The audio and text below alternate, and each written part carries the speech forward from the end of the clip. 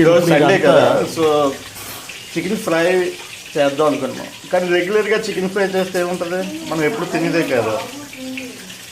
రెగ్యులర్గా chicken fry చేసేది ఏముంది, రెగ్యులర్గా చికెన్ ఫ్రై చేస్తే ఏముంటుంది, అంత రొటీన్గా ఉంటుంది. చికెన్ ఫ్రై ఎప్పుడు తినేదే. కానీ ఈ చికెన్ ఫ్రై మనం కేఎఫ్సీ చికెన్ ఫ్రై చేస్తే కొద్దిగా వెరైటీ ఉంటుంది. సో పిల్లలు కూడా తినడానికి ఇష్టపడతారు. సో మనం ఏం చేద్దామంటే, so same process, chicken mix with all items that are required. So corn అన్నీ మిక్స్ చేస్తే సో కేఎఫ్సీ చికెన్ లాగా వస్తుందని చెప్పేసి ట్రై చేద్దాం.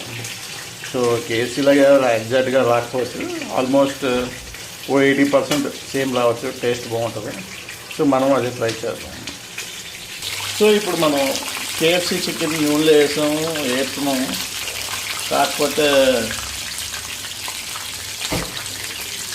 అనుకున్నట్టు కేఎఫ్సీలా ఫుల్గా పట్టలేదు కొద్దిగా. సో ఎక్కడో మిక్స్ ప్రాసెస్ దెబ్బతిన్నట్టు అనిపిస్తుంది. సో వేస్తున్నాం.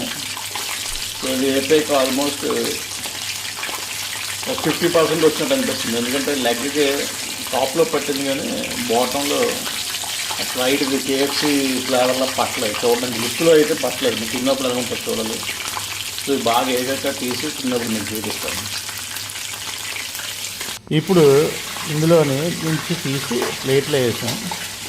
సో ప్లేట్లో వేసాక దీన్ని తిని ఎంజాయ్ చేద్దాం అనుకున్నాం. సో దీన్ని కొద్దిగా గార్నిషింగ్ చేయాలి. గార్నిషింగ్ చేసాక లుక్ బాగా వస్తుంది. అప్పుడు మనం తిని దాన్ని టేస్ట్ చూద్దాం, ఇది చికెన్ ఫ్రైడ్ కేఎఫ్సీ లాగా వచ్చిందా లేదా అని చెప్పి. సో లుక్ అయితే బాగుంది, పీస్కి అయితే బాగా పట్టింది, క్రంచీగా ఉంది, చూడడానికి మంచి లుక్ ఉంది. గార్నిషింగ్ కూడా చేసిన విత్ కరివేపాకు మిరపకాయ వేసి. సో ఇప్పుడు తిని చూడాలి దీని టేస్ట్ ఎలాగుంటుందో. Thank you. Subscribe please.